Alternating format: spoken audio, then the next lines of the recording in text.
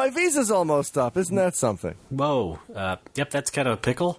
Yeah, it's what do you up got to in, do now? You got to bike over here and renew it? Yes, Stand in line? I have to bike over to San Francisco and renew my visa. Yeah, I don't live in San Francisco. So why would you go there? Okay, fuck you. It's the closest airport. You know what I'm trying to say. I don't live in Pittsburgh, but I still say that. Okay. Because it's the closest airport. Well, there's Hawaii. If somebody lived in a tiny, shitty, unknown suburb of Chicago and they insisted on referring it to like that instead of saying I'm from Chicago, wouldn't that get a little annoying? Yeah, but I don't live in Chicago.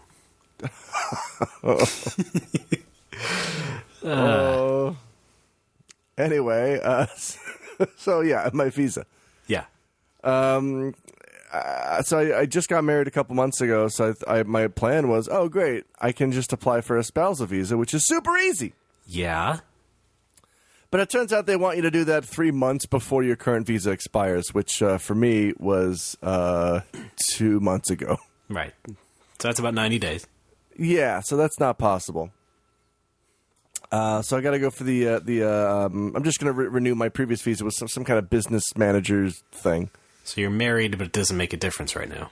It will. I mean, this is the last visa I'll ever have to apply for before I get into the spousal visa, and then ultimately permanent residency, which means Japan is stuck with me for life. Yeah, your life, not Japan's life. That's true. I don't intend on outliving Japan. Okay. So what do you got to do? What's the basic thing you got to do like right now? You got to just wait not to get arrested or what? I did everything. I went to the business office. I got a copy of my business license, and now I have to go visit my accountant after we record this show and pick up a handful of documents and take them to the Immigration Bureau. Okay, so that sounds like a bundle of fun. It's great. I get to wait in lines. I get to take numbers and sit in loud places. You get to be told that this form wasn't correct. Exactly. I get to be told that my signature doesn't look enough like my signature. Yes. It's all the greats. And, of course, they will demand to know where your Yahoo email address is.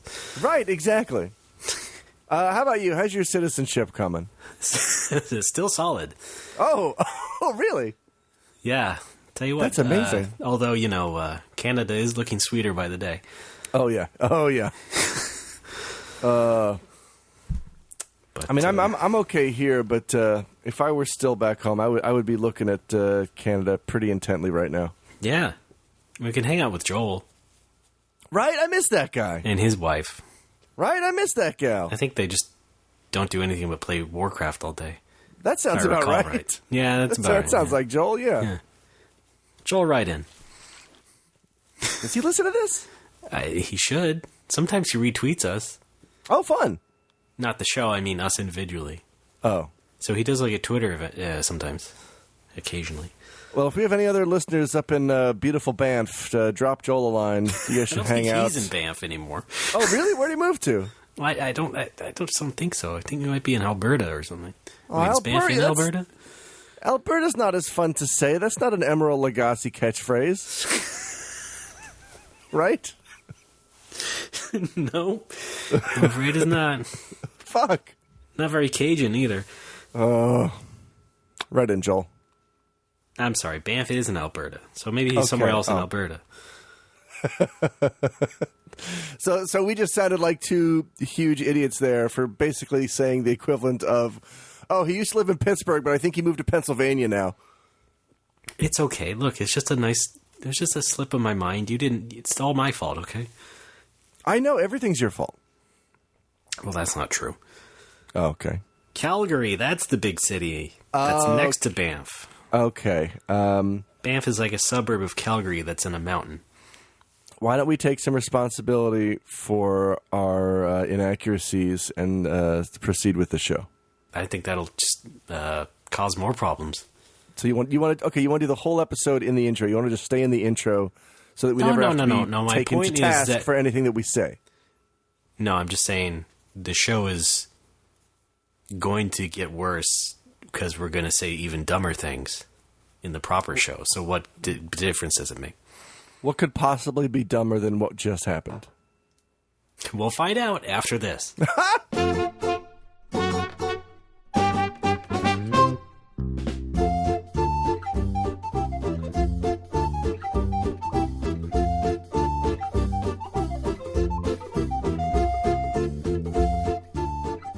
Hello, everybody. It is No More Whoppers. Thanks again for listening after what has been a rollicking 365 days or thereabouts. My name is Ray Barnholt, the real Santa, and with me, as always, the King of Mean, Alex Fraioli.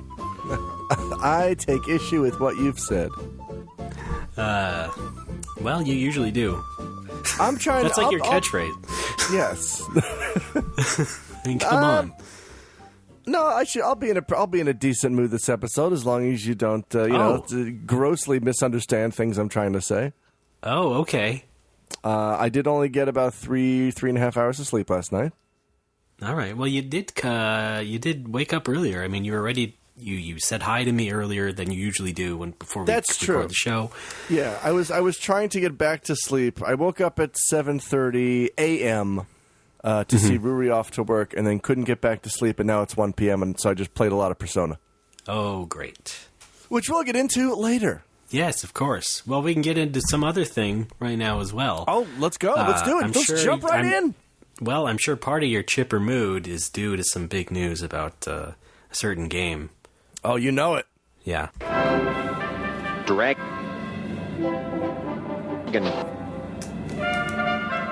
Quest.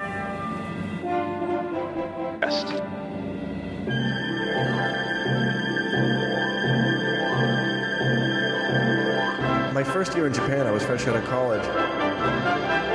For some reason, I was obsessed with The new version of a game called Dragon Quest. Dragon Quest. The new version called Dragon Quest. 11. Quest.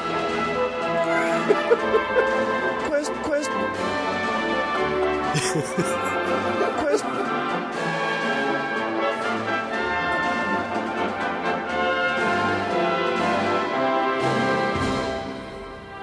It's going to be an RPG, I'm sure. Okay. In the Dragon Quest tradition. All right. Dragon Quest.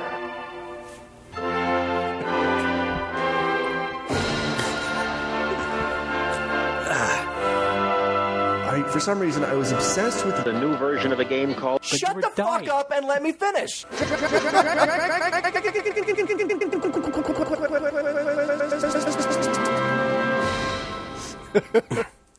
We're talking, of course, about Final Fantasy. Yes, the new version of Dragon Quest 11, now has a release date of July 29th of this year. Yes, I'll be there with Fucking news! Holy shit! What was that? This is big fucking news! It certainly is. Yeah. I'll be there with balls on. I'm going to pick up the PS4 and the 3DS, the combination pack, the collector's edition with the sword on it. The big box. It's a big box. Big box of Dragon Quest. Great. That was fantastic. Yeah. Well, it'll be just not in time for summer. Summer will have already began, but yeah. It will have been my birthday for almost a week at that point. Oh, that's right. Yeah, it'll be like a little late birthday present. That's right, that I can give myself. Right. So I'm looking forward to it. That's a lot of money. Know too much else about it. It is a lot of money. It's like, 12,000 yen for the combo pack? 15,000? Great. Well, I mean, it could be worse. You could be getting the special edition PS4 that has slime on it, blah, like they always do, or now the special edition new Nintendo 2DS LL. This is getting very complicated. What, the Nintendo part, or just yes, the Nintendo part? Yeah, right. They make a lot of those things. Dragon Quest isn't complicated, it's simple. That's its appeal. Yeah. Well, I mean, the graphics are certainly more complicated now. Yeah, a little bit. They look pretty. Like on both platforms, really, because you got the dual 2D, 3D on the 3DS, and then you got super pretty stuff on a PS4. That's true. And all that, yeah. And anything else? Any other comments? Have you seen any latest coverage? I haven't really. No, not since they unveiled the hardware. The new hardware Now, is. Is that on purpose? You just like savoring it? You want to save it for later? Kind of, not really. It's more like I don't follow. Like basically, if I don't see it on Twitter, then I don't know about it. I see. In terms of video game news, like I don't read websites anymore. I don't follow video game news unless someone tweets something. Wow, true millennial. That's I what just you don't are. care. You don't care about Dragon Quest XI? No, I'm just kidding. I do care about Dragon Quest XI. I don't care about games by and large. That's Alex Fraioli, owner of the video game bar Critical Hit. Shut up! Naga, Japan. I've been over this. It's a retro game bar. Why the fuck am I going to give a shit about the latest PS4 releases? Well, Dragon Quest, I mean, it's like a... Well, yeah, for my personal joy, I do follow that, Yeah. but Also, I don't... What? Persona 5 is a recent PS4 release as well. Yes, and I'm playing it, and we're going to talk Yeah. about it. So that's What does that another have to do one. with this? Yes. That's all. Okay, great. I mean, yes, I enjoy continuations of series that I have previously liked. Yeah. Is this a surprise? Well, yeah, the Persona one is, but we've been over Why? that. You didn't used to like it. I didn't, and then I played 4 and I loved it. What was that laugh about? Nothing at What all. were you going to say? Just remembering your beautiful illustration of you trying to get me into Persona 4. Oh, on Twitter, yeah, that was... Yeah, it was pretty great. That wasn't necessarily about Persona. That was about everything. Yeah, that applies But yeah. to pretty much everything you try to turn me on to. Yep. I don't know why it happens. I really don't know why you treat your best friend that way. Let me sum it up like this. Just to be frank, y'all don't know me, Yes, I do. right? Thinking you can recommend a game that you know my taste that well. We've known each other for years. Yo, what's a year? Almost 20. It's Coming up hang on 20 years. It's coming up on 16 years. Well, I'm rounding up. But you can't round up. I just did. Soup's not a meal. Ray, I'm literally rattled and panicked. Come on. Well, no, that's true. Yeah, I shit on you for no reason. I guess that's what it is. Yes, you do. Like, it's like a subconscious shitting on me. It's so fun though. Why do you reject me in such a way? I mean, I just fear change and new things. That's all it is. And I take it out on you. I mean, I guess that makes sense. But, like, I feel like it wasn't this way. Maybe for a brief period. For a brief period. That first month we knew each other. Oh, I was very receptive back then, yeah. And you know what else really hurts? What's up? Is that, it's worked the other way in that, you used to be bigger into, like, Resident Evil and Silent Hill and stuff. That's true. And then I sort of, like, tried those games again, sort of because you were into them. Okay. And found a newfound appreciation for them. I'm not a huge fan or anything, but, I like them fine now. They're pretty fun. Yeah. So, do you understand why it might hurt me a little bit when you just flatly deny my I recommendations? guess. Because Yeah, I do I know you. suppose. I at least know that you like RPGs. That's true. I try to, bring up some things along those lines sometimes. And then there's the Alien game, which was a fucking job just to get you to acknowledge it. Oh, yeah. I guess the thing is I just don't like your tone. I don't have a tone. Half the time it's in text. Yeah, that's true. I guess I just don't like your text. Yeah, there's really no good reason for me reacting the way that I do. Well, I guess, okay. Well, I guess that's the first step, is admitting you have a problem. It's just tradition. Look, I'm in Japan. This is the country of tradition. I have to uphold these things. right? Yeah, sure. Why don't you just send me a fucking fax that says no on it? Oh my God, I would if I could. What's your fax number? It's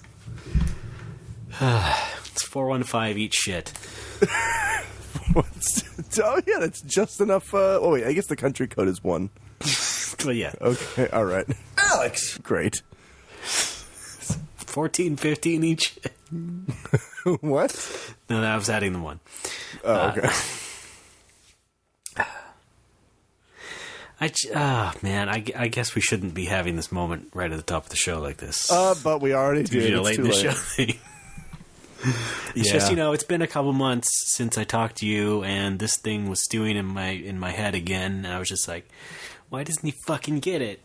Why isn't he nicer to me? Okay, and so on and so forth. I think I figured out what the basic obstruction is, and it's that your tastes, at least to me, seem to border on the video game hipster. But I'm considering your tastes when I think of these things, well, and I think didn't of know, you. Okay, all right. Well, I wasn't anticipating that you would be able to read me that well. Again, 16 years. Yeah, it's true. Are you kidding? Not really.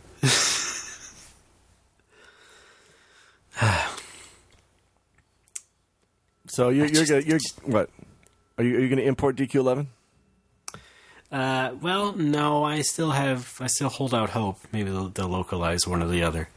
I'm not. I still can't. I don't think I can devote that much time to a Japanese version of an RPG. That's kind of like a baseline thing I don't really do anyway. I don't usually do it unless it's Dragon Quest. It's the only series that I will actually sit down and muddle through the Japanese version. Mm-hmm. Because P5 came out in Japan last September. I let that go. FF15 was a simultaneous worldwide thing, so that was fine. But DQ, I have to jump in on the ground floor. Yeah, sure. Now, instead, here in America, we're waiting for the release of Dragon Quest Heroes 2. Oh. Which doesn't have a subtitle anymore, by the way. What? No subtitle. It's just Dragon Quest Heroes 2. It's not the world trees woe and the blight below, 2. No, it's not that. It's not the mysterious sea chapter. That wasn't the translation. Shut up! It wasn't... No mystery about it. Oh, was it? No, there was no mystery involved. I know. For some reason, I remember that being mysterious sea chapter. Well, I'm going to take you to the mysterious sea. Okay, hold on. That's a little harsh. Yeah, okay. Anyway, I was just like, should I even get this Heroes 2? Because I didn't finish the first one. And, I'm just sitting here thinking, well, I have heard it is improved. They've made more variety in, the missions and stuff. And it maybe does feel even a bit more RPG-y than it would have in the first one. So, I don't know. I'll just wait for another review or something. I do have the demo. I haven't played it yet. Maybe I should just do that and figure it out for myself. Do that. Stream it. No, that's okay. No? No. So, yes or no, should I do an 11 and 11 series once I get DQ11? I suppose. All right. It seems like it might hamper your enjoyment of it, though. Well, except that, no, because, okay, the entire reason I did 10 and 10 was because I did not have the means to capture game footage and stream it. Mm-hmm. And I love podcasts, so I thought I'll just do a fun audio thing. I'm able to stream DQ11, so why don't I just do that? Yeah, but then you mean then partition it out as a podcast? And or at the very least record it as I'm streaming it and then edit that down similar to the way that I did 10 and 10, which just record for stretches of 30 to 60 minutes and then cut it down to 10 minutes. Yeah, and put it on YouTube. Yeah, do that with the DQ11 video of the stream. Just edit it down to 11 minutes. Mm-hmm. Right? I suppose so. Get over here. Let's do it together. Jesus, I would love to, I really would. But I can't. I mean, it's going to be beastly hot because it'll be Japanese summer. I know, but I swear to God, if you and me lived nearby one another, we would be doing, we'd be doing all sorts of different Let's Play shit, I imagine. Oh, absolutely. But I think it's not to be. Every Sunday we'd be streaming the Simpsons arcade game together. Yes, or similar. No, it has to be the same game. No, it's okay. All right, fine. But right? Hi. You'd be down with that, wouldn't you? Fuck yes. I'm actually, I started streaming at the bar. One of my regular Saturday folks, Rachel, was streaming Resident Evil 7 there last Saturday night. It was pretty fun. Yeah. I sure see a lot of pictures of her on Facebook. Yeah, right? Having no idea who that is, but I guess that's the Critical Hit social media presence. She's sort of becoming the official mascot of Saturday nights. Yeah, I don't know why she flips off something off camera the whole time. Okay, so there's this Mario Maker level called Swim the Musical, which is near impossible to beat, and she's been trying it since September. I see. So she's flipping the bird to the level itself every Saturday. Okay, and then you take a picture of that and put it on... in the gallery, yes. On Facebook with no explanation. Exactly. Is there a problem? And somehow people still come. No, they don't. Okay. No, they come well enough. Sorry. Just giving you some shit. Yeah, I know. I'm very confused. But It's now fine. I guess I have a little more context. Don't be confused. I'm not. Okay, I'm fine now. Great. I still don't really know who the person is other than the name and the backstory. But well, that's all you. Why do you need to know more? Why does this have to be some rich tapestry of story? Because I'm a fan of Critically Hit, and I love following all the misadventures of you and the other cast members. What? Cast members? Wait, you haven't been doing a reality show? No. Oh, so you actually own a bar? Yes. Oh shit. I thought it was just like a TV channel paying you to do this. You thought this was some real world bullshit? Yeah.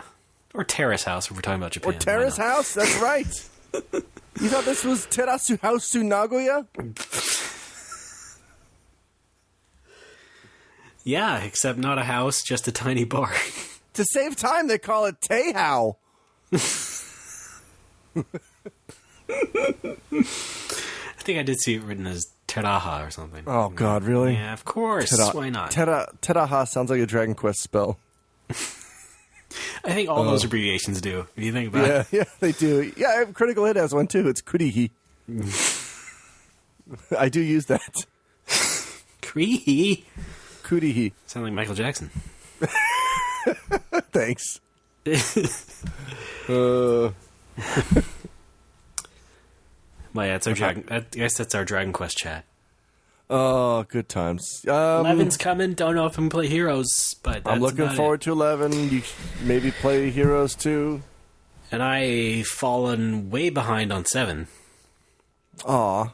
Like, just imagine each gulf of time between No More Whoppers episodes times 2, and that's how long I've not played 7. That's like several years. Oh, oh yeah, that's right. Yeah.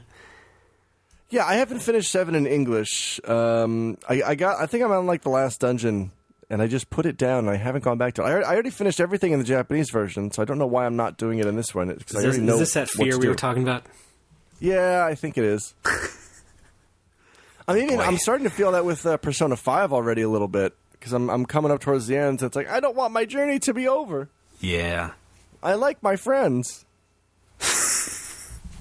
Your cartoon friends. I like my cartoon friends. It's like one of my Japanese animes. From Japan, I guess they're called anime. Yes, they are.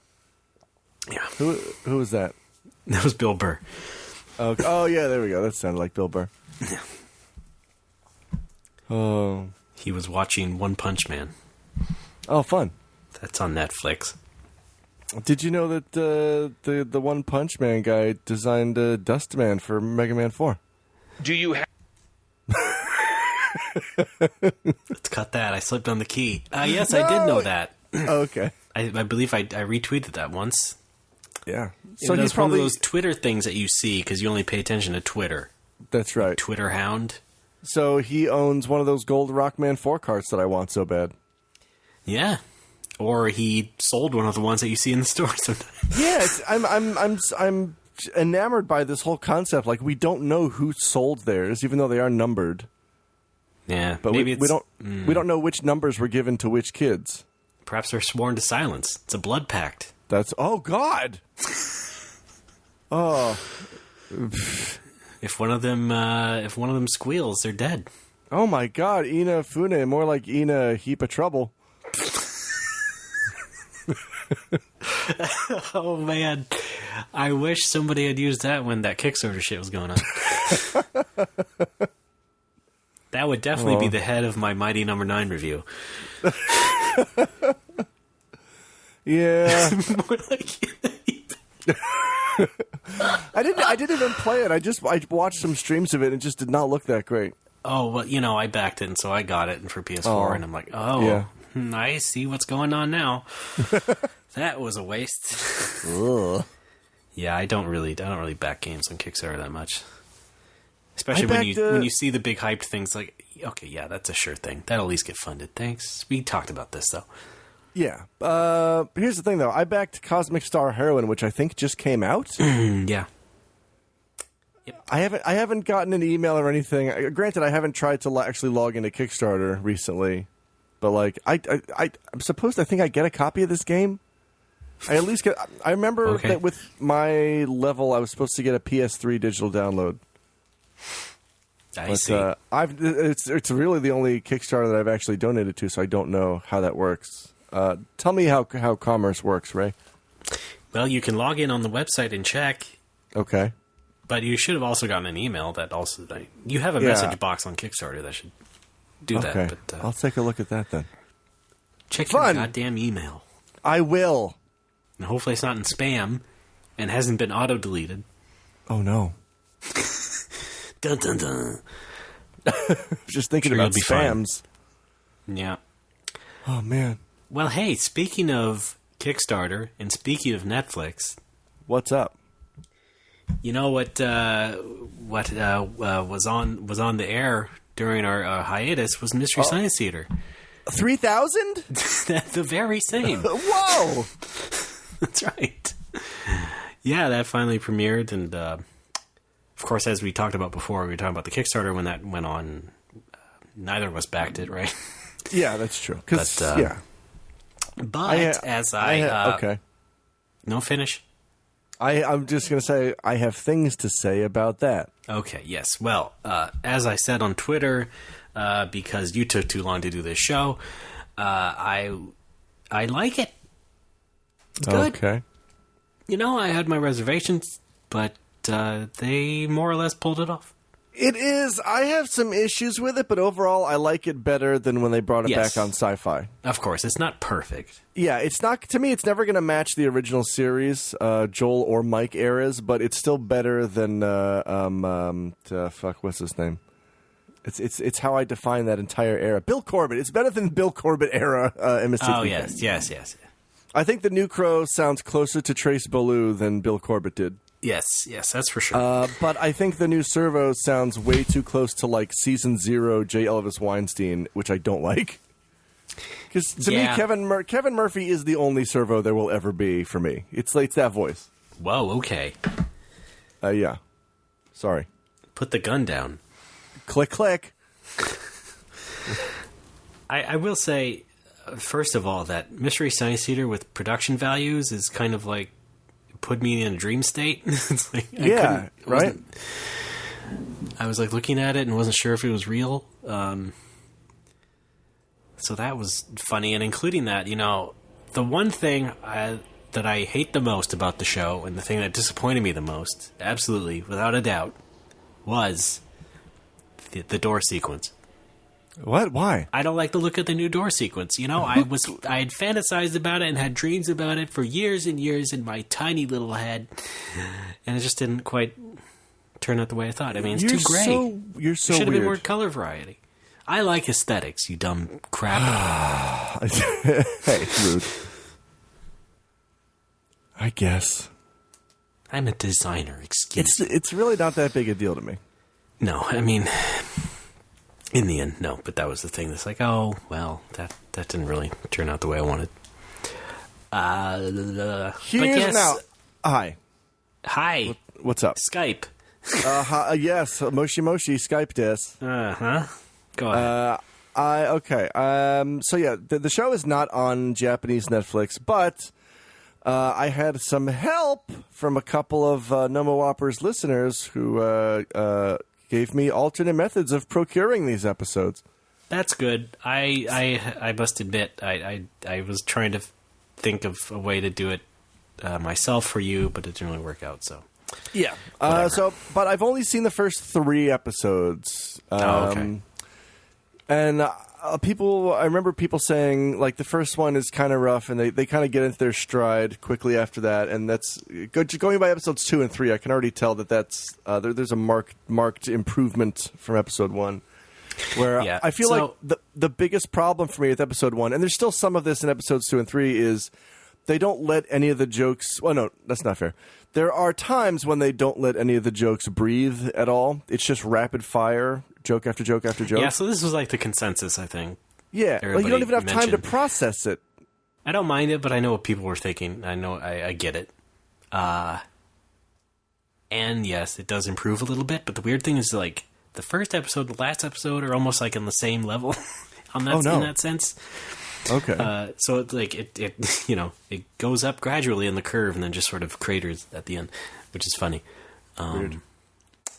But I agree. Yeah, you should let him breathe. On the other hand, I'm not too broken up about it, and not to defend it, but they did have like all these guest writers on all these episodes over and over again. So I think they just had a ton of cooks in the kitchen, and all trying to like pick and choose and cherry pick all these jokes. So that probably didn't work out because you're just like probably swamped with choice, but you also have to like finish like 14 episodes. Yeah, in a certain period of time. So they probably didn't have a lot of time to like curate. Of course. But yeah, like everyone says, it does get better. Now the other thing that kind of bugged me is that some of the delivery it seems a little too like YouTube riff level, like by which I mean overexcited and overeager to get a joke out. Where like the thing that I loved about Joel and Mike and that era, those eras in general, is that they had this very sleepy kind of delivery, Joel especially, and it was just I'm watching a shitty movie. I don't care about this. Here's a joke. I'm really drowsy right now. Whereas the new lineup is they're very overeager, and I think that just might be because the show it's like in its infancy, I guess, in terms of the show coming back from a long hiatus. Yeah. And I would like them to just chill out a little bit, relax, not be so overeager to deliver jokes, because that. It feels a little too desperate to me, like when you watch a kid on YouTube riff some video that he found. It's like, here's a joke now. I know how to do jokes. I have joke timing. Like, no, you don't. Stop. Just calm the fuck down. Right? Yeah, I think that's maybe a symptom of also all the jokes. Yeah, but there are. Yeah, I mean. They're not all like that. I want to stress, like, it's not like that all the way through, but there are times when it's like, you're trying too hard right now. Just back off a little bit. And there are many jokes that sort of fall under what I didn't like about riff tracks, which was like very drawn out sort of ones.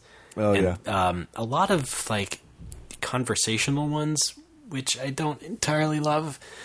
Yeah, just I'm like not a fan of those. Repeated back and forth between two of the guys, and it's just like, yeah. Well, you could have just ended it. Yeah. You could have just cut the joke short. Okay, that to me is when the not giving time to breathe thing is most evident, because they have to get these jokes out before in a limited amount of time, because they have more jokes coming up. Yeah. So whenever there's an exchange between 2 or even 3 characters, it's always rapid fire. There's no time between what they're saying. It's very clearly and obviously and painfully overwrought, and it feels awkward. Yeah, but then the funny thing is that you get kind of used to it, and then in some episodes there's like gulfs of silence, and you're like, "What the fuck? Yeah, this is weird all of a sudden. Why aren't you talking? You should have been talking already." Yeah, so like I can tell when something is. I want to say though, I'm like I do like it a lot. I think it's really good. Yeah, like I said, I'm generally positive. Yes. in fact sort of felt a tinge of like of guilt. It's like, oh, maybe I should have just put in some money on Kickstarter if I knew it was going to be this okay. Yeah, because I really did not like the general look and feel of the show during the sci-fi years, as I've made very clear on this show. Yeah. Wow, you may have made it clear, but I may have forgot. Do you just mean like the lighting? When the camera angles and stuff? I don't know why everything was so dark on the Satellite of Love. I don't. I wasn't space. I wasn't a big fan of Bill Corbett's performance, but I can look past that. And the host segments were just painful to watch. Yes, in the sci-fi ones. I was at the bar. I was at the bar a week or two ago with two good pals, Tom and Whitney, and we decided to watch Space Mutiny, which we all agree is one of our favorite episodes. And it was a great episode, and the movie and the riffs itself were hilarious. But then every time it went to the host segments, we all like. I'm just gonna look at my phone for a few minutes. Yeah, we all did the tea. We all looked at our phone. We all had a sip of our drink. We all just kind of we all spaced out until it got back to the movie, because the host segments in the sci-fi years are just painful. Yeah, to watch. With your eyes. Yes, I did that. When they first ran. Yeah. And like my mom would also be watching with me, and I'd just be like, "Okay, yeah, this is good." I think the good thing is that a lot of the ones in the new season are mercifully short. Yes, I like that. Most of them are like 2 minutes tops. Yes, and it's right back in there, and thank God. But then the longer ones are usually when they have the celebrity guest come on and play a character. How'd they get Joel Hodgson? I mean, what talk about it get? I mean, I don't know how much you've been spoiled. Do you know some of the people who've appeared later on? No. Okay, we'll leave it at that. Don't spoil. You may be surprised at one. Okay. Wait, what, really? Yeah, it's your dad. Oh, Paul! Welcome back. Welcome back. To the Satellite of Love. Okay, yeah, sure. Oh, my God. Yeah, let's see. What else I was going to say about this? Oh, yeah, no, I don't like Bill Corbett. That's for sure. Okay. So it's not just me. No, I mean, he's an okay guy. Oh yeah, I think he's very funny on Twitter. He's actually a professional playwright, which I don't think is an easy thing to do. But when he voices Crow, it just sounds like somebody trying really hard to do a Crow impression. I don't even hate his Crow voice. I'm just talking about the style of his writing of the riffs, and I think as I thought about it, as I went back and thought about riff tracks while watching this new one, I'm not done. I do think he was just sort of like the contributing factor to me not liking riff tracks that much. Oh, okay, you're talking about... Yeah, sorry. Yeah, he just does about riff tracks. These drawn out riffs, and yeah. Okay, because I was going to say, for MST3K, I'm pretty sure they don't write their own riffs. It's all done, like the writers do it for everybody. Yeah. But then for riff tracks, I guess you do your own riffs? Because it's actually you. You're not playing a character. It's actually you in riff tracks, right? Okay, hold on. I got tied up here. So, let's say on Mystery Science Theater, on Sci-Fi, and before all that. Yes. The actors were also part of the staff, and yes, they were writers. Everybody was in the writing room. Okay. I know that. So you know that. Yes. I believe the same with the new season. Yes. But also on riff tracks, it's kind of the same in that, I think the three guys do write their own stuff, but they also have a couple of younger writers doing stuff. Okay. Because, I mean, that's how that's why Mike was there in the first place. He was a writer during the Joel era. Okay, and then he just stepped up when Joel left. Yep. Well, fun. And he also did the new theme songs, Mike. When he was, not the new. I mean... When the regime change happened. Yes. Regime change. The season 11 theme songs is pretty good. I wish I could hear it more clearly without people talking over the beginning of it. So maybe that'll pop up eventually. You can get an MP3 of that. Well, all in all, I give it my highest score, 7 out of 10. Okay. You mean that's the highest on your scale or the highest you've ever given something? What's up? It's 7 Yeah. out of 10. Yeah. But it doesn't go past 7. Well, I can't rate it yet. I've only seen 3 episodes, and the first one I didn't much care your scale for. doesn't go past 7. It's a 7 out of 10. Okay. It's as high as the scale goes, is the joke, Ray. I know, I'm playing a fucking... Do I just need to say everything funny in a funny voice? Like, yes! Will you get it then? Yes, I think I will. Hey, Alex, I'm being sarcastic now. Oh, goofy. Well, I don't care for that at all. 7 out of 10. You're kidding me. I'll be honest, I haven't been listening for the past 5 minutes. Fucking goddamn. It's just my whole job is dealing with people, and sometimes my brain just shuts off. Alex is here. Alex, give me your last name. Pronounce it for me. Oh, it's fry oil. Sorry. Oh, that gets me because that's what I say. So fun. Well, is there anything left to say about Mystery Science Theater 3000? Oh, gosh. I'll have more to say as I watch the rest of Season 11, but for now, that's all I got. Definitely the movie Carnival Magic was the craziest. Like, I said this on Twitter, too. Like, it's the only Mystery Science Theater movie where I just, like, sighed and laughed the most at the movie itself and not the riff. Because just, like, it is fucking incredibly insane. And just so bad. I just don't know why anybody made it. That's all. So look forward to that one. That's a pretty good one. All right, I am. I thought Robot Carnival was an anime. No, Carnival Magic. Oh, sorry. The cartoon from Japan, I guess they're called anime. Yes, you're right, Bill. It is anime.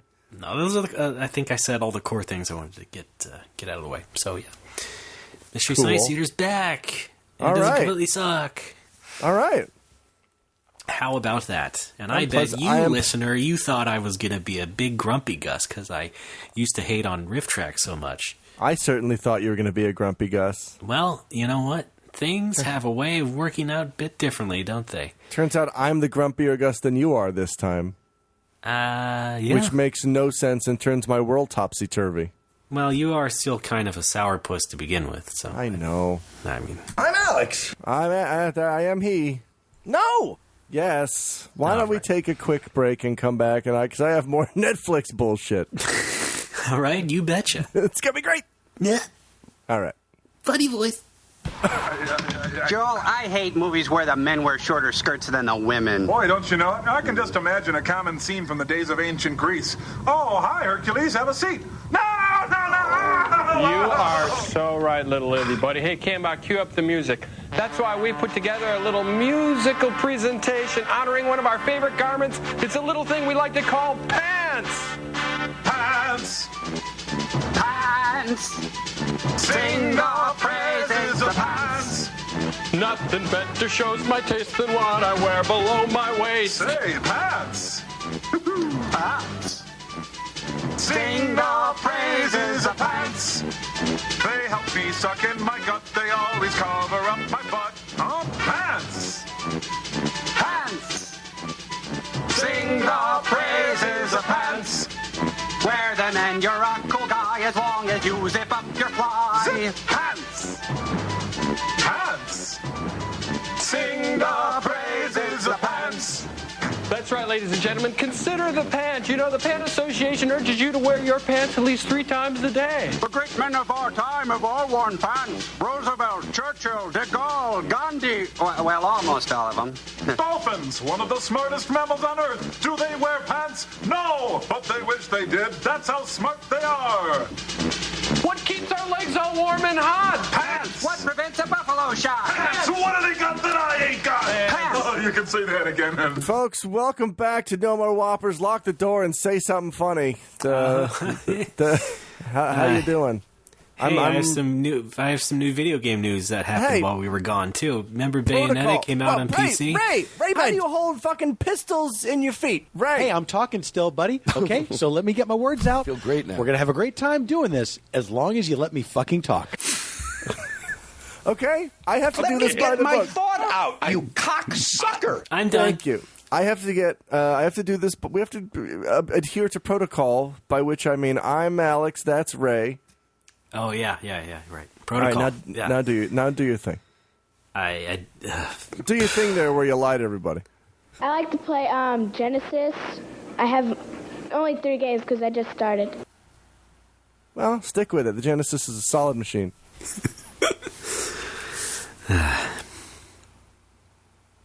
Is that it? Yeah.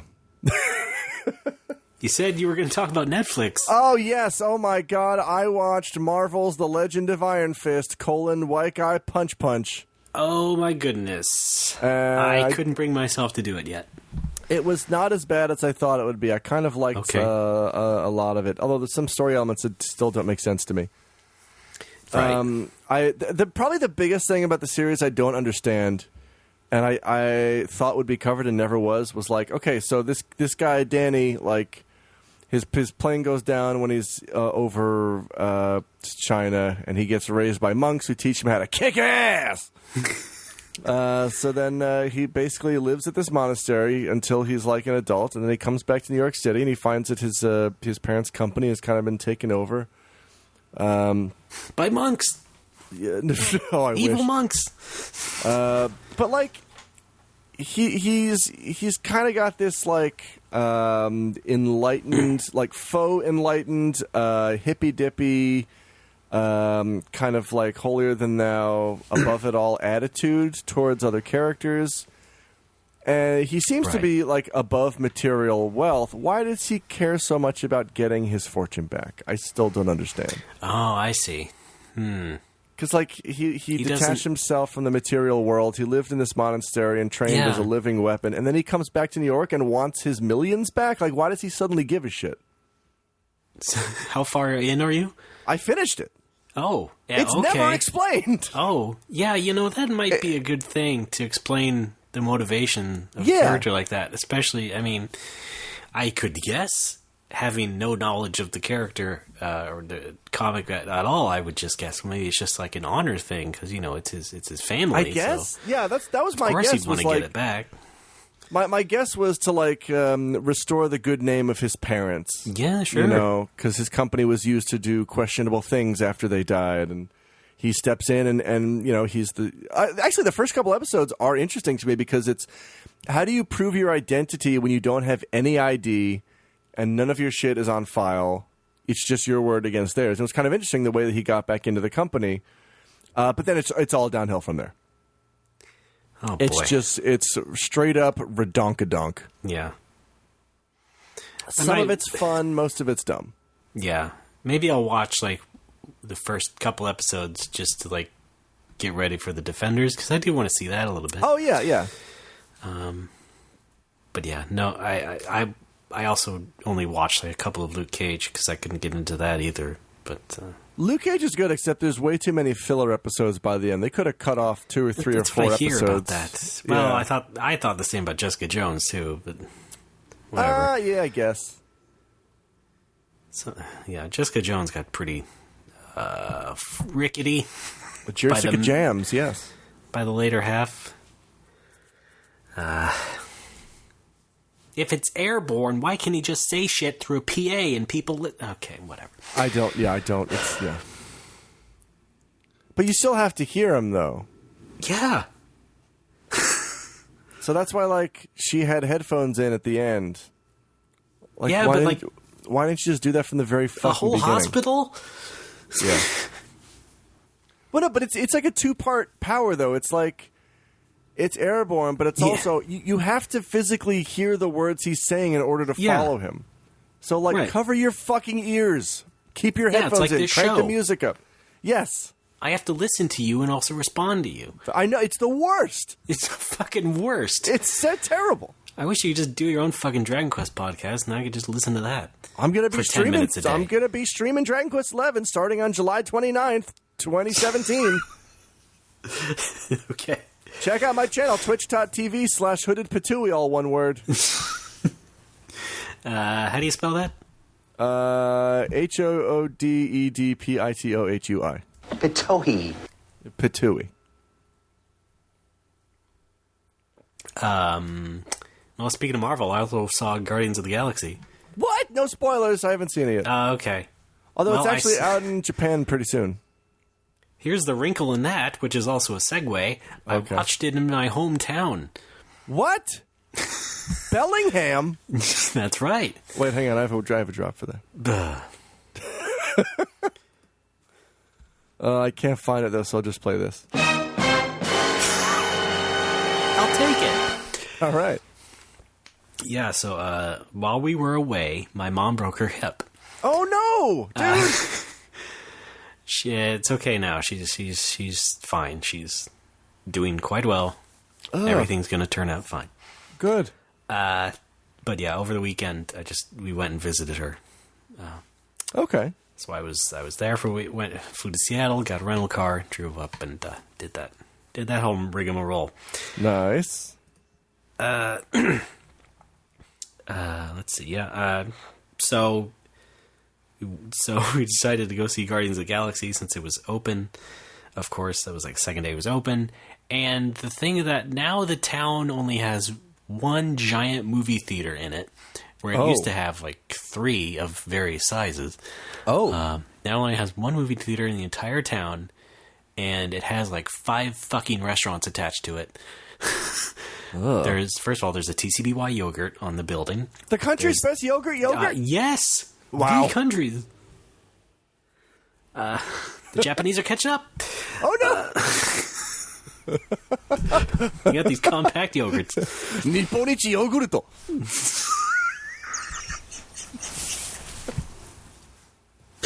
It seems so obvious, though. There should be like Ichiban yogurt somewhere. Somewhere in this country. Yeah. Yeah. Well, and then coincidentally, there's also a sushi bar. Oh, okay. But then, like, across the street on this little walkway is also, like, another restaurant that has, like, seafood and shit. And I think there's also a Subway. A restaurant, not an actual Subway, although I wouldn't put it past them. Fun. Yeah. So it's insane. And the theater has reserved seating, so you can pick your seats. Oh, that's very Japanese. Yes, well, it's a recent thing in America. Oh. More places are doing it now. Oh my god, I invested in this, like, the local movie theater that we go to. They have, like, this Platinum Members Club thing. Oh, yeah? Which I decided to subscribe to because it's like the greatest deal I've ever seen, to the point where it must have been more expensive and they just weren't selling enough, so they dropped the price dramatically. Wow, okay. What is it? So basically, it lets you get executive seats, which are like the fancy seats with the huge leg room and drink room and cup room and like room for your bag and coat and shit, and it's all soft and leathery. It's like for your coat. What? It's like an extra. No, sounds like not a closet. Not in the summertime, obviously. No, it sounds like a closet. Well, no. It's like a compartment next to the, like. I mean, you still have to like fold your coat, but at least you're not draping it on your lap or on the floor or something. Okay, like cubby holes. Is that what we're talking about? Yeah, let's go with that. Yeah, cubby hole. It's like a hot spring. Yes. Oh my god, we got hot spring seats too. Go see a movie, take a soak. It's the greatest shit you've ever had.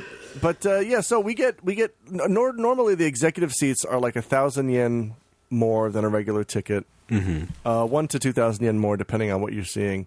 Yeah. And if you have the executive membership, you can buy those seats, I think, for like 500 yen more instead. Jeez. But this platinum membership thing costs 1,000 yen per year. Wow. Okay. So if I go to one movie with Ruri and we get the executive seats, it's already paid for itself. Yeah. I think they're just trying to get people in the door, because I think they're not, like, ticket sales are not doing so great. It's not the big movie theater that I can see from my window right now. That's called Midland Square. Uh-huh. The one I'm talking about is 109 Cinemas, which is further south. Shibuya.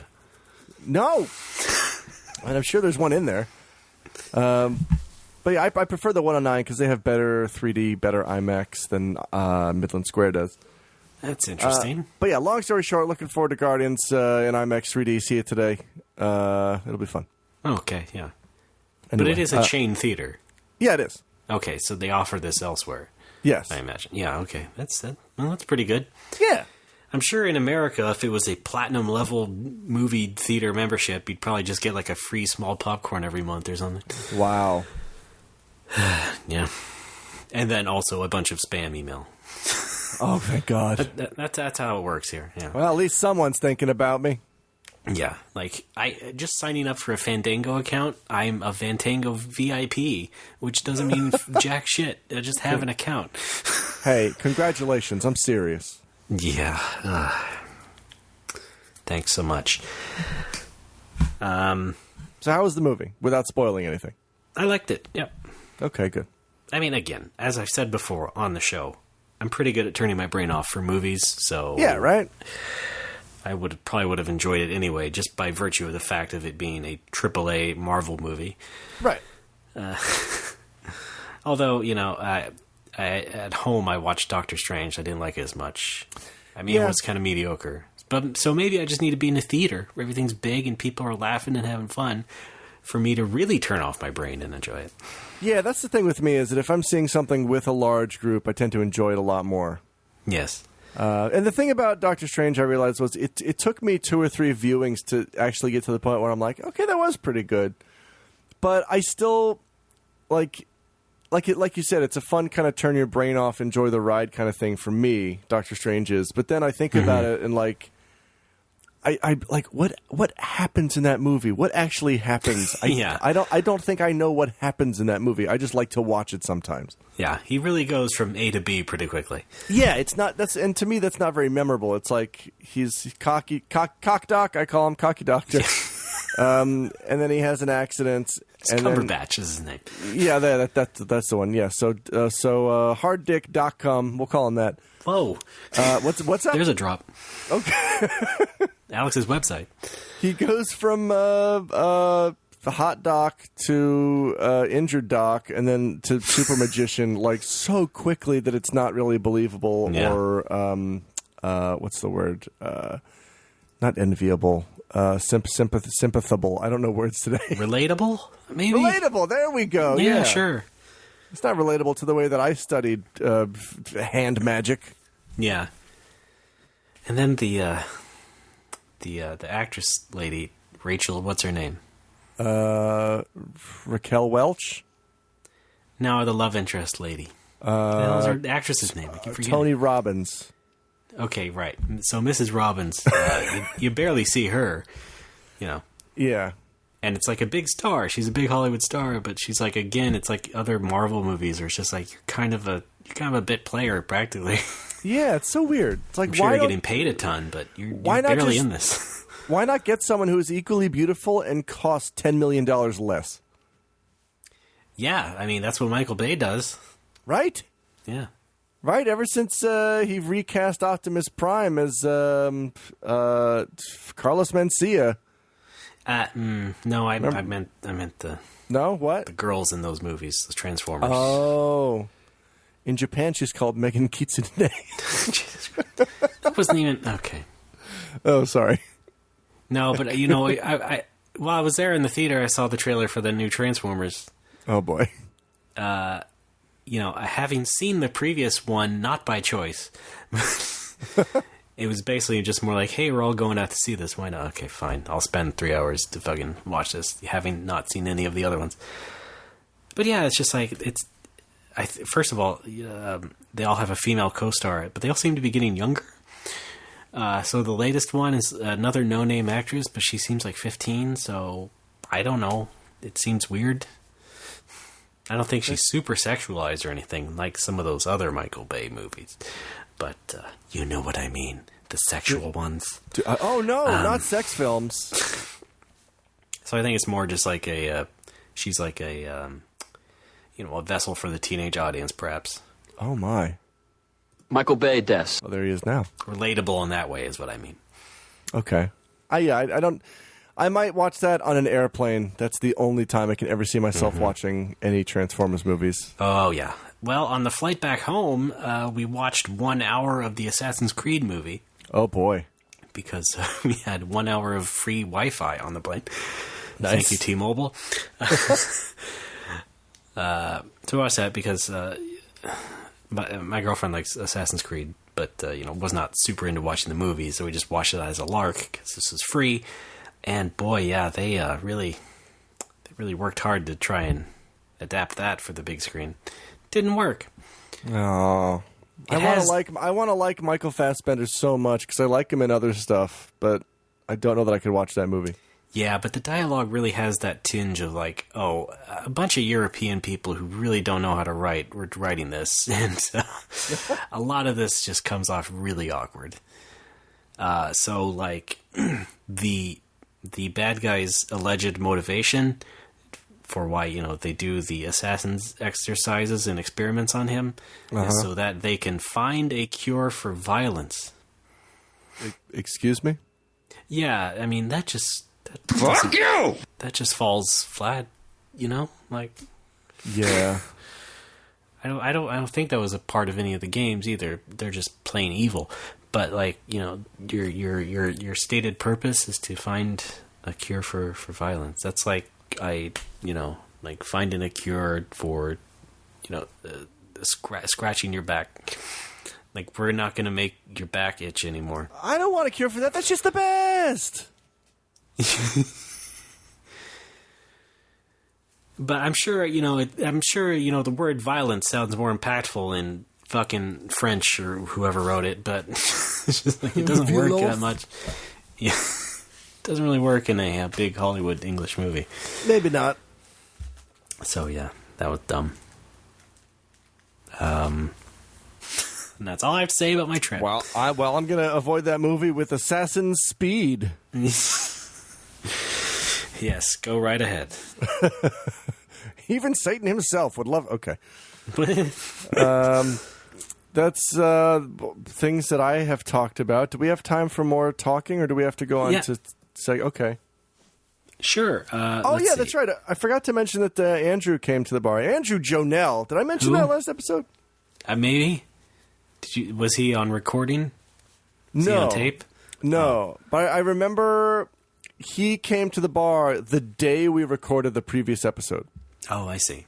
So, like, I had just recorded with you, and then I went to work, and then he showed up like, "Hey, man, how you doing? It's been a while." And he came into the next... Just heard the new episode, and you're like, "Oh, my God, what?" No, that's not possible. He came for, like, the next few days. Yeah. And then by... At the end of his stay, he was introducing me to some other shows and podcasts and stuff, and he played some of that, what's that called? Clortho Trap Boys? What's that show? Chapo Trap House? Yeah, that one. Okay. Yeah, right. And he showed me some clips, and I was really getting into it. And then the episode we recorded came out after he left, and he listened to that, where it's just you shitting on that at the end of the episode for a few minutes. I wasn't shitting on it for a few minutes. I made a single reference to it. Okay. At that time, I was listening to it and trying to get into it. As it turned out, and I fell off the wagon. I thought it was funny that listening back to that show, I didn't know what it was. And then here comes Andrew. Yeah, exactly. Pretty great. Yeah. But yeah, it was fun. He brought me a gigantic SD card for my new Nintendo 3DS. As big as a house. It's huge. It's 128 Gorgaborts. It's as big as a whale. Yes, it's as big as a 128 gig whale. And he brought me some almond M&Ms, which are delicious, and I hope to see him again next year. Oh, Almondimums. Yes, Almondimums. Is that the episode title? I would have called it Oops Almonds. I think sounds a bit too close to Mongs, and we don't really. Let's not say Mongoloid. Well, I'm gonna have to retool our next segment. Then give me a minute. Oh, can't play this game anymore. It's like you walk into the writer's room. Okay, guys, no more Mongs. Aww. We need a new bit in 3 minutes. What have we got? Oh. God damn it. Anyway. I have one more thing. Okay, go. I was reading a book, another oral history comedy book thing, Although I don't think this one is quite good enough to do a No More Whoppers book club, as we have in the past. Aw. For the sole reason that you've probably never watched this show that's talking about. It's about Almost Live, which was the Seattle sketch comedy show. As a matter of fact, I'll have you know that I have not watched that show. Well, there you go. All right. It was on Comedy Central for like a couple years, but other than that, mostly on Channel 5 in Seattle. But it was a pretty good show, and so I've been reading the history of that with some people. It's very much a Kindle book in that the guy self-published it and clearly didn't hire an editor, so some of this is a bit all over the place, but still some good facts about it. Ugh. And as a result, I started watching some more of the clips of it on YouTube. And still a funny show. I used to be really into it as a kid. I have nothing else. Maybe I'll force a clip on you, Alex, but that's about it. Don't force anything on me. One of the cast members was the announcer in Smash Brothers Ball. Really? Yeah, Pat Cashman. Okay. Yeah. Packed Cashman? Pat. Oh, Pat. Jesus. Oh. Packed Cashman is such a better name. Oh, my God. Cool. Well, anything happen in your neck of the woods? How's the bar going? Still okay? Bar's going fine. Still Things are going pictures great. of that lady? Yes, that lady. Thanks. Yes. I want to talk a lot about Persona 5, but I think I might have to save that for our third and final segment. Whoa, spoilers! There's no spoilers. But I've never played it. Oh, well, it's fun. Okay, you might like it.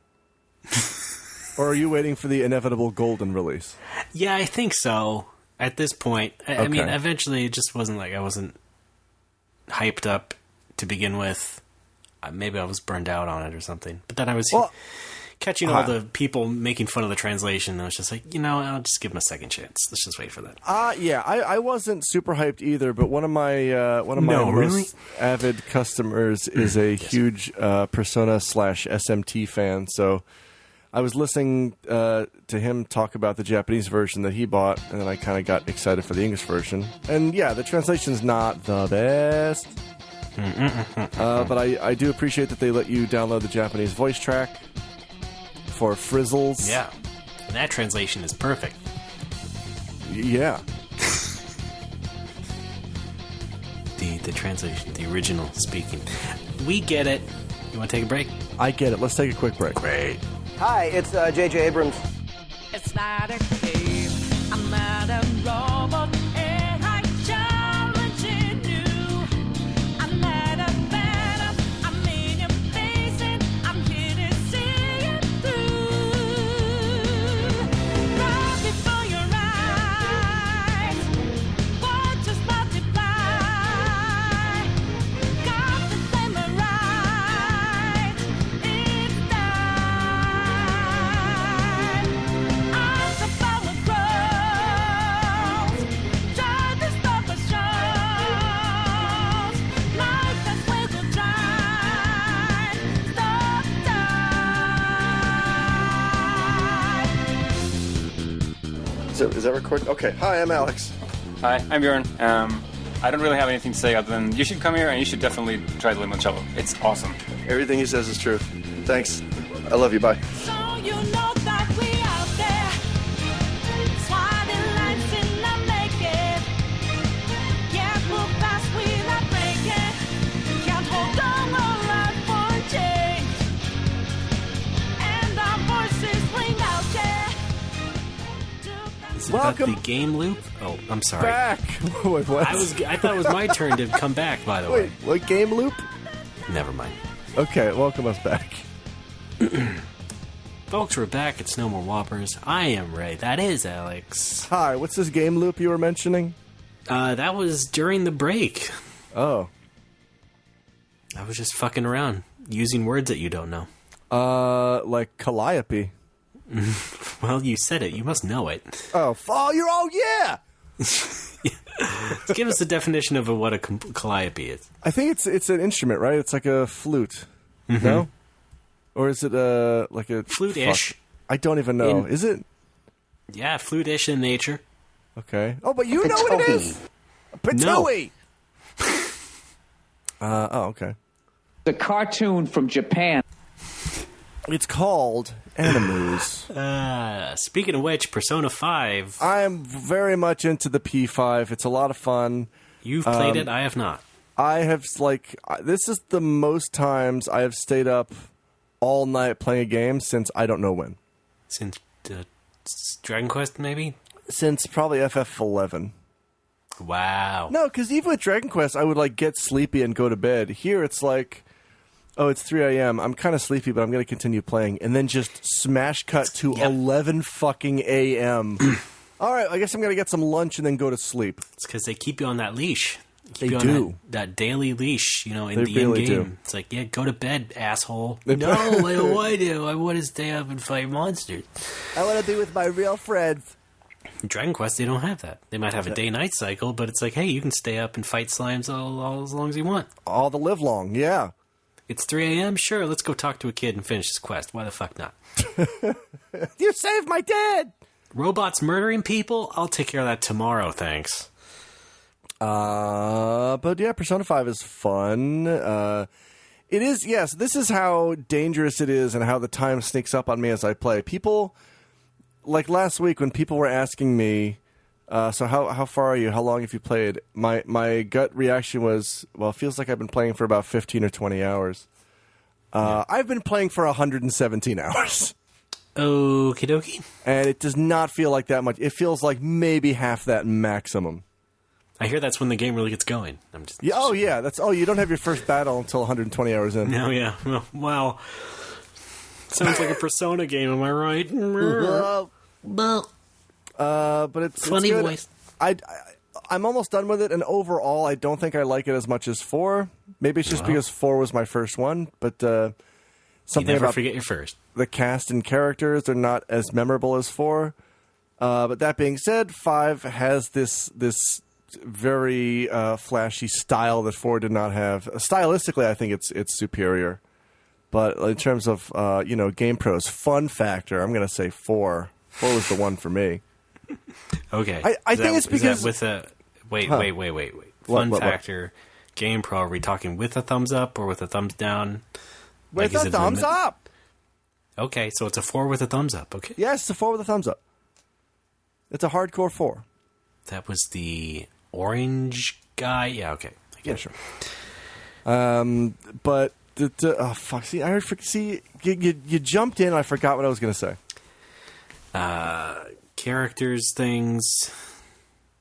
You did say you didn't like a certain part of it that you were going to talk about. I'll get to that in a minute, but there's something else I wanted to say that was legit about... well, it's all legit, Alex. All this is real. Too legit to quit. This is all happening right now. All right, I'm sure I'll remember it later. But yeah, there's one part of the game that I was raging over yesterday. So you know how in Persona games your time is very limited. Yeah. And I kind of raged about this in Persona 4. Not the same thing, but a similar time-wasting thing. Where, you can usually do 2 things after school every day. You can hang with someone and then hang with another person, or you can go fishing and then you can go shopping. Yeah. You got to budget your time accordingly. It's like you choose an activity and that pushes the clock forward. Right.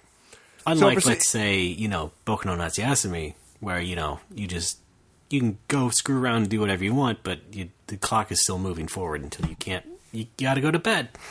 Yeah. Wait, in Boku Natsu, doesn't it work that, every time you load a new screen, time advances? Yeah, pretty much. Okay. I forget how it works. But it's not like you don't choose an activity from a menu and then that jumps you to the next part of the day. Right. Yeah, because, it's because in Boku no Natsuyasumi, you've only got, 31 days to work with. Mm-hmm. But in Persona, you got a whole year. So if they did it, they have to do it menu-wise or else it would take too long. Anyway, what bugged me in P4 in terms of time spent on activities is I understand working your part-time job takes hours, takes a few hours. Spending time with a friend takes a few hours. Why the fuck does throwing a coin into a gacha capsule machine and turning the knob also take a few hours? That was baffling to me. Yeah. That kind of pissed me off. That took my entire Sunday afternoon? Seriously? You were there a long time. I know, I guess. You know how it was in Shenmue. I do. You could be there all day. buying up those things. And then in Persona 5, I ran into a little thing that I hope is fixed in a later version of the game, but was really pissing me off. So there's this dungeon called Mementos where you go to tackle... the Fresh Maker. Yeah, I've made that joke so many times while playing that game. So like all the bosses in the game, their dungeons are called palaces. All the big bads have palaces. But the regular Joe Schmo on the street, maybe he's a dick and you need to fight his shadow self, but he's not important enough to have a palace, so he hangs out in Mementos. The Fresh Maker. So you I don't get it. Are these just like bonus dungeons in a way, or what? They're like side quests, yeah. So Mementos is where you go to fulfill side quests and reform society. Basically, if you don't know too much about the game, it's basically Inception. You're going inside someone's head, but instead of incepting them, you're just making them not be a dick anymore. Yeah. Okay. By the way, you did say the most JRPG thing ever was that you... What? You fight side quests and rebuild society. Yeah, I know. But some of those you can't do on one trip. Like, obviously, going to Mementos takes up time of your day. So if you have several targets, it's best to get rid of them all at the same time. Okay. To maximize on your time spent there. But sometimes you have to locate a target and then go back out of Mementos and accomplish something else before you can actually fight it. Oh. So a couple of weeks ago, I found a target that I wanted to attack, a side quest. It was this guy who was cheating at arcade games. Fucker. Yeah. And I go into Mementos and I track him down and I fight his shadow self and I can't beat him. He's invincible. He taped a string to a quarter. Oh, they should have done that. That would have been perfect. But no, like I couldn't beat him, and my party retreated, and it was one of those battles you're not supposed to win because they're like, oh, we have to do something else out in the real world before we can hurt him. Okay. So I leave Mementos, and I forget about the guy. I'm like, I'll take care of that later. And so I go about the game. I do another big palace. I do some more side quests. I do some social link stuff. And then I meet up with my group one day, and they're like, hey, look at this. We've got a target to attack in Mementos. Let's go attack him. Mm-hmm. And I'm like, wait a minute. That thing's invincible. I can't fight it. Why are they telling me to go back into them? That would waste hours. That would waste time. That would waste the rest of my day. Yeah. But the game only knows that I have a target in there that I can fight, but the characters know that I can't kill it. So the same characters, like assholes, are telling me, well, we gotta go beat that guy, when a few days before they're like, we can't beat that guy. Okay, yeah. Does this make any sense? Well, yeah, it just seems like the game logic is not straightened out. It's not. And the worst part was yesterday, this is how I wasted the time. Like, I talked to someone in the real world that I was supposed to talk to in order to damage him. But the game gave me no indication that it was okay to fight him now. So I would keep getting text messages from the rest of my party. You get text messages after school every day. And I got messages from everybody in my party saying, when are we going to take down that guy in Mementos? Let's go get him. And I'm like, all right, let's just take care of this. So I go into Mementos and I track down the guy and I get up to the boss door and everyone's like, what are you doing? We can't hurt him. And I'm just like, I wanted to throw my control on the ground. Like, fucking make up your goddamn mind. They're gaslighting you. Do you want me to do this or do you not want me to do? Fucking which one is it? So, like, just if you're making a game, watch out for that shit. I am making a game, thank you. Watch out for that shit. Well, you know, it is funny. I do have an idea that might have a similar thing like Persona. It's not like Persona at all. Okay. But it might do that sort of like day progression sort of shit. And it's just like, yeah, I'm kind of scared of that. Like managing all those different like story triggers and stuff. And like, well, do this, but don't do this. Make sure you've done this. Make sure they can do this. That sort of shit. And it's just like, yeah. I guess knowing that the big guys can do it here in Persona 5 is, you know, kind of... Yeah, well, I mean, by and large, it works out pretty well. And playing a game like this really gets me thinking from a game design perspective, like, how do you begin to plan for all contingencies that a player might do or say? Yeah. And it's like, as I'm playing the game, this is weird of me probably, as I'm playing the game, I'm imagining, like, 4 or 5 or 6 Japanese dudes at a whiteboard at Atlas HQ, like drawing a flowchart of like how this event can possibly progress. Let me stop you right there. Okay. There's no such thing. They all use Excel. Oh no! This is all in Excel. Okay. So yeah, but other than that, continue. No, that's basically it. Like the mechanics of the game seems like a very daunting undertaking to make something like this where you have to be prepared for where a player is at any given time compared to what is going on in the story and what's happening with the characters. Yeah, but in that specific progression of events, I feel like that could have been caught in testing. Like, why? It seems wish it had. It seems like a thing you would have naturally progressed to if you really wanted to, and if it's a side quest, like, shouldn't it just exist in its own sort of like logic loop, I suppose? And just, but whatever. Okay. All you have to do is throw in some safeguards, throw in some flags, like, hey, the game knows I haven't talked to the right person outside of Mementos to let me win the fight. Maybe have one of my characters bring that up before I try to go into Mementos and don't let me waste time. Exactly. Oversight. Just check your shit, man. Yes. CYSM. CMYK. Thanks. CVS. I remember Jimmy Pardo was trying to guess what CVS stood for, and his guess was Quality with a C Value Service. It's very, very obviously just off the top of his head. But now that's what it stands for me. Yeah, of course. Alex, are you a married man or are you in a relationship? You know what? Interesting that you asked that. I am married now. Good. Yeah. Yeah. It's true. Yeah, we got whoppers here. Oh, we don't. First, I thought CVS was Capcom versus SNK, which it is to me. It's just Capcom versus. Yeah, I'm talking about the pharmacy. I know what you meant. All right. I got one of those. Good. I had a couple of Australian guys in the bar yesterday playing a shit ton of Marvel versus Capcom 2. Oh, that's neat. And then Street Fighter 3 Third Strike. That's also neat. And then a Guilty Gear. Oh, those gears are so guilty. I know. Shameful. Sorry, I like watching people play sprite-based fighting games for some reason. It just relaxes me. Yeah, so I love it. Do you watch Evo then? Oh God, no. Not on a professional level. That's just humiliating for me. Yeah, they're showing off that new Marvel vs. Capcom, and it just looks like Blando Calrissian. Oh, I love it. What's wrong with it? Well, the graphics are not very cartoony anymore. I mean, they sort of are, but it's like the character designs are more closer to the movies, the Marvel movies. Oh, boy.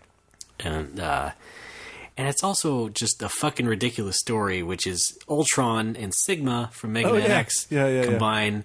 And it's like, Sigma is the stupidest motherfucker.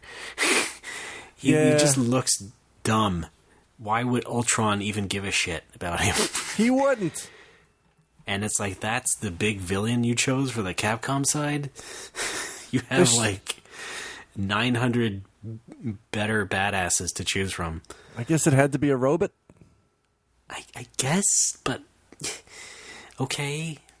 How about make other games with robots, don't you? You make that. Well, what about Dr. Wily? That would that would be more funny, but also more ridiculous looking. I guess. Why couldn't he combine with like a? He should have combined with like a Monster Hunter monster. That would have been cool. That would have been great. Yeah, how about that? Why didn't they do that? I don't know. Did they get James Spader to voice Ultron? I don't think so. Okay. I don't think those games use the actual celebrities. Oh, so wait, is it sprite based? No, it's 3D. But well, then I'm saying, out. I know. I'm just saying because of that. Yeah, it's But like even the third one, had cell shading and brighter colors and was more comic book styled. This just looks more like MCU style. Maybe not as great. I always liked the first Marvel vs. Capcom anyway. That was better. I like 2. 2 is, I know it's the more popular. It's the more played and the one with the biggest legacy. But oh my god, they fucked up the whole aesthetic. Why do they have this crappy music everywhere? They have these backgrounds that don't relate in any way to any of the characters. It's just terrible to me. Are you saying that you don't want to be taken for a ride? No, but in fact, that's just the tip of the iceberg of my hate of that. Oh God! Complete soundtrack. I'm just like, why? Who? Why? Why not? I think it's one of those Capcom things where they get a completely different team to make a sequel, and it's just like, fucking stop. They did that with Resident Evil. They did that with Devil May Cry. So it never works. It works the third time, I guess. But yeah, I'm upset. Well, I've learned a lot about your anger today. Why don't you come in for a hug? Sure. Let's there hug we it go. Out, bitch. Okay. Oh, okay. Oh, wow. All right.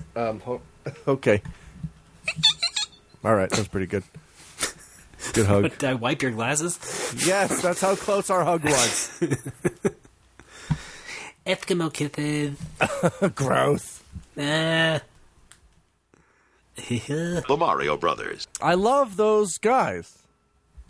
Hey, do we have any fan fun, Alex? Guess what? We don't. Fuck, nothing? Have you even checked the email? I did. I actually did check the email. I am trying to think of a way to bring back Facebook likes, because I missed it. I missed the Facebook likes. So I'm going to try to find... where to see them. I see. Yeah. Well, if you can't do it, you can't do it. It depends on Facebook, right? So, what are you going to do? That's true. If Facebook wants to reveal itself to me and actually tell me how to find shit, that would be great. We could try new followers on Twitter. I guess. Yeah, but Twitter's more like pseudonymics radio. Because in Facebook, most people register with their real name. Twitter, it's all handles, and I can't do funny things with people's handles. Many of which are wordplay to begin with. Oh, that's right. I forgot about that part for some reason. Yeah. I retract. Oh, but there is a track in Persona 5. I think it's a Persona 5 that sounds exactly like the theme song to Freakonomics Radio. Okay. No. It's oh my god! It's on an album that I play at the bar all the time. Fuck. What is it? I forget what it is. There's an album I play at the bar all the time. One of the tracks sounds exactly like the shitty trumpet on the Freakonomics Radio theme song. Is it Mr. T's Be Somebody or Be Somebody's Fool? No, but every time it comes on, I just whoever I'm talking to, I have to stop and turn and say to myself, "I'm Guy Ryssdal," okay, and then go back to working. It's Kai Ryssdal. Whatever, fucking hell, Kai. That's Japanese for a lot of things. Power, shellfish. The floor of a building. I'm refraining from saying Shellfish Ryssdal because I know that's going to be the episode title, or at least a contender. I was gonna. I already said it. I was gonna. Okay, yeah, you're right. Okay, yeah, that's it now. I'm gonna have to look up how to spell Ryssdal before I post the episode. I think I can spell shellfish. Oh, good God. Oh. Well, good luck with trying to retool your Facebook likes. This is gonna be fun. I'm sure the likes are still there somewhere. I just have to find them. Mm-hmm. And I know where we left off because I keep a text file for recording purposes, and I know who the last Facebook like was. Mm-hmm. So all I have to do is just go down the list and do the new ones. It'll be fun. All right. Is there anything else? I think I've exhausted everything I wanted to talk about. Oh, except to say that my team did come in third at pub quiz last Sunday night. Thank you very much. Oh, we're number 3. We're out of 6. So right in the middle. Right in the middle, yeah. Well, we got cocky. Middle child. We got cocky because the first time we participated, we got second place out of 7 teams. So then we're just like, oh yeah, this will be fun. Yeah, you got pretty cocky. We've been sucking worse and worse every time. Cocked it up. Yep. Nice going. Yeah. How about you? Do you have any tour dates or anything that you can go out with? No. All right. I'm not going anywhere for a while. Okay. Is an E3 coming up? Yes, there is. Are you going to go? No, I haven't been in like 3 years. Oh, don't they send you to represent tanks? No. Why not? I don't do that. Oh, okay. I don't need to do that. What do you do? Not much anymore. Oh, not at that job. Okay. That sounds ominous. No, it's just, it's dull as shit and very irritating, and okay. I don't like it. Well, you don't have to do anything you don't want to do, honey. Well, I do want to get a new job, but that isn't working out. Well, what kind of job are you looking for?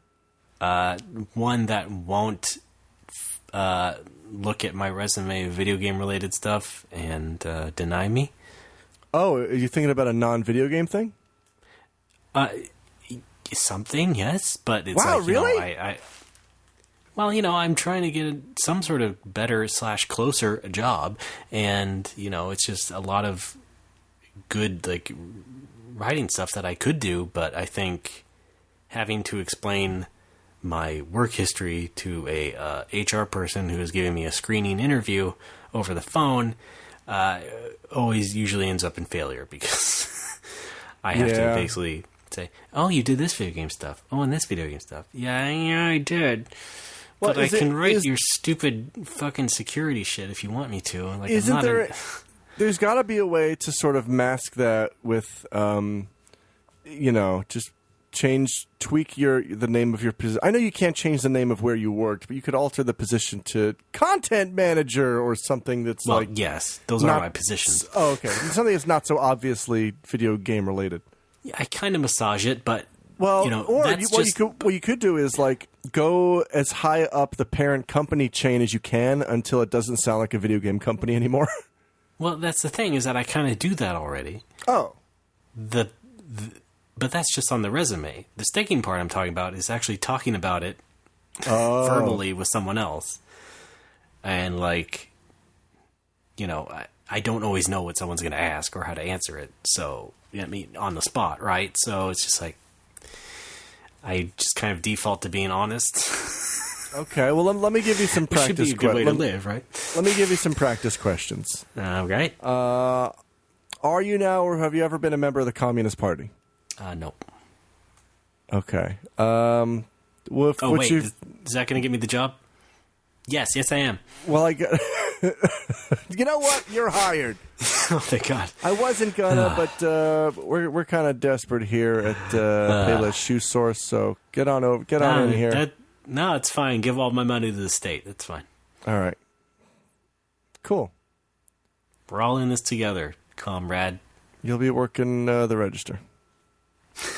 The Daily Worker.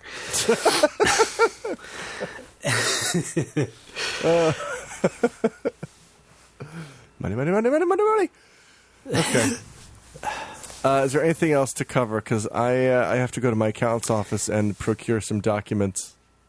No, let's see. We talked about video games. I hate my life. No, that's about it. Don't hate your life. Let us hate your life. It's just a grind. Life is a grind. That's the whole thing. Like I'm on 3 hours of sleep, but I have to go to work soon, and I wanna. But I got it. Should be fun. I'm gonna come home and try to sleep, but I'll probably play Persona instead, and then not sleep again. I am Jackie Chan. Actually, if I'm lucky, I could take a quick nap before I have to go pick up that stuff. That sounds like a fun idea. Yeah, pick up that stuff. Go get a visa. I'm gonna. Yeah, Oh, do that. yeah, Visa. It's these new dentures. I feel like I think that came to mind at the beginning of the show and I didn't say it. Okay, and my buddy Charlie just texted me inviting me out to a craft beer place before work. So, looks like I'm not going to get that sleep. Well, you could just not go. I've already committed. Oh. You could tell him politely, I have to cancel because I need to sleep like a human. No, it's a lady. She's got lady parts. Charlie is short for Charlotte. You have one of those. Yes. Charlie's short for Charlotte. And I don't see her that often because she works at a cafe. Not a cafe, that's not fair. She works at like a gourmet. She's a barista at a gourmet coffee place across town. But she comes to the bar every now and then, and we like to hang. So if I can actually get to my accountant's place quick enough, I can meet her for beer and a hamburglar before work.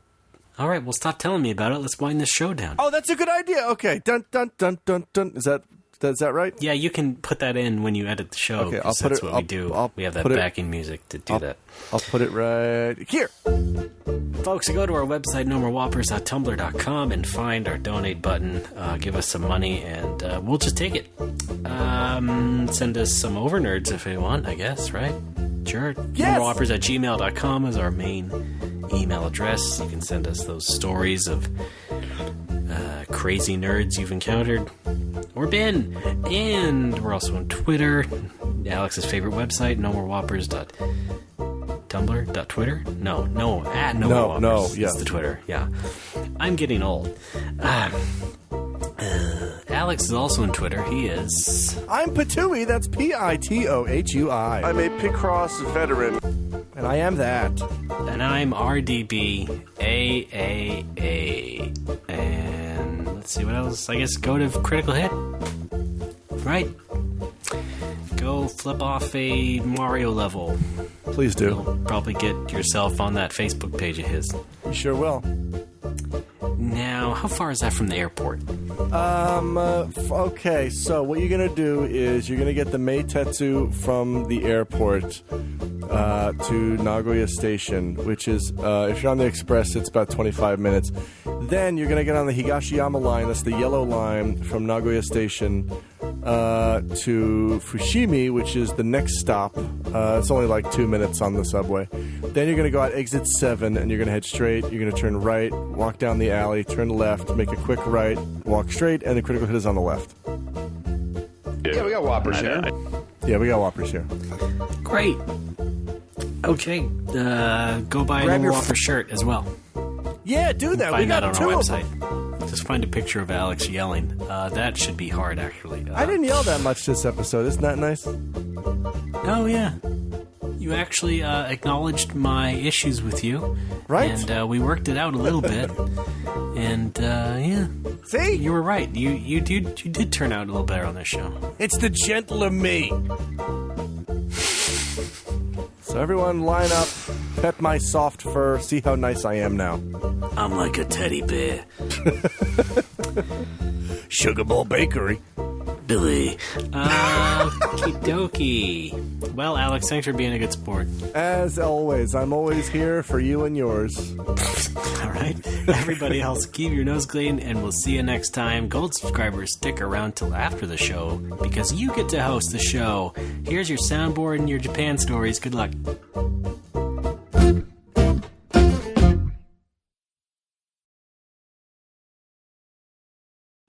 And he brought me some almond M&Ms, which are delicious, and I hope to see him again next year. Oh, almondimums. Yes, almondimums. Is that the episode title? I would have called it Oops Almonds. I think...